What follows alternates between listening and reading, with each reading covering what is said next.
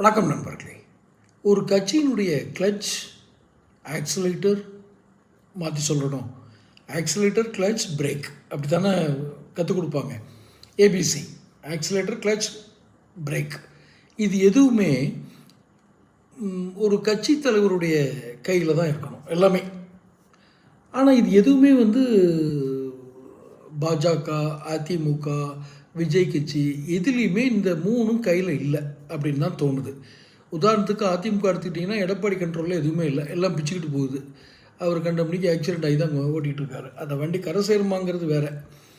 பாஜக சொல்லவே வேணாம், இரட்டை தலைமை பாஜகவில். ஐயா நயினார் நாகேந்திரன் ஒரு பக்கம் மாநில தலைவராக கட்சி அதிகாரப்பூர்வமாக அறிவித்து அவர் செயல்பட்டுருக்காரு. எந்த கட்டுப்பாடும் இல்லாமல் தறிக்கட்டு ஓடிக்கிட்டு இருக்கிறது அண்ணாமலை. கேட்டால் அவர் ஒரு பெரிய புத்திசாலி, அந்த இளைஞன் இந்த இளைஞன்னு நிறைய. அது என்ன புத்திசாலின்னு தெரியல. ஒரே கட்சிக்குள்ளே உட்காந்துக்கிட்டு ரெண்டு சைடு மியூசிக்கு கேட்டால் எந்த கூட்டத்தில் அதை கேட்க முடியும்? ஒரு நேரத்தில் ஒரு பக்கவாத்தியம்தான்.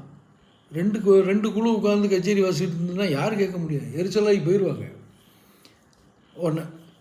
அப்புறம் பார்த்தா தாவேக்க சொல்லவே வேண்டாம். யார் யார் வரீங்களோ வாங்கன்னு எல்லாத்தையும் கூப்பிட்டு வச்சு கிட்டத்தட்ட ஒரு திராவிட கட்சிகளுடைய நீட்சியாக தான் தாவேக்கா போயிட்டுருக்கு. ஸோ விஜயோட கண்ட்ரோல்லையும் ஆக்சிலேட்டர், பிரேக்கு, கிளச்சு எதுவுமே இல்லை. ஸ்டீரிங்கை பிடிச்சிட்டு இருக்கிற மாதிரி ஒரு பாவனை போட்டோ எடுத்து போட்டிருக்காங்க, அவ்வளோதான். அவர் நினச்ச திசையில் வண்டியை செலுத்த முடியாது.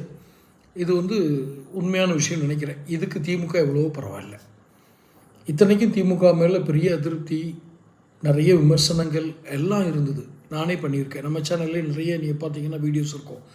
ஆனால் திமுக இப்போ எவ்வளவோ மேலுங்கிற அளவுக்கு இவங்கெல்லாம் சேர்ந்து கச்சேரி பண்ணுறது, ஜெயிக்கிறேன்னு சொல்லிட்டு கூட்டணி ஆரம்பிக்கிறேன், கூட்டணி நல்ல கூட்டணி உருவாக்குறோம், ஜெயிக்கிற கூட்டணி உருவாக்குறோன்னு சொல்லிட்டு இருக்கவங்கெல்லாம் கூட்டு ஆளாளுக்கு ஒரு சைடு ஓடுறது. அதில் இந்த ஓபிஎஸ் அவரெல்லாம் வயசாகி போய் எதுவும் ஆயிடுச்சான்னு எனக்கு தெரியல. இப்போ கெடு விதிக்கிறது, இப்போ அவரெல்லாம் கெடு விதிச்சு என்ன ஆக போகுது? செங்கோட்டையனை போய் சேர்த்து தாவேக்கால போய் சேர்றதுனால என்ன ஆக போகுது? அவர் எவ்வளோ ஸ்ட்ராங் லீடர் பாருங்கள் எடப்பாடி. ஆனால் அவர் கண்ட்ரோலில் கட்சி இருக்க மாட்டேங்குது. வந்துடும்னு நினைக்கிறேன். மோடிஜி எவ்வளோ பெரிய லீடர் பாருங்கள், அவர் கண்ட்ரோலில் அண்ணாமலை இல்லை. தாவேக்கா கண்ட்ரோலில், விஜய் கண்ட்ரோலில் யாருமே இல்லை. ஆளாளுக்கு ஒரு சைடு பிச்சுக்கிட்டு. ஸோ இதெல்லாம் கம்பேர் பண்ணி பார்த்தா திமுக இவ்வளவோ மேல் அப்படின்னு தோணுது. ஒருவேளை திமுக மறுபடியும் ஜெயிக்கிறதுக்கான வாய்ப்பு ரொம்ப அதிகமாக இருக்கிற மாதிரி இன்னைய சூழல். 27 நவம்பர் மாலை நான் பதிவு பண்ணுற இந்த நேரத்தில்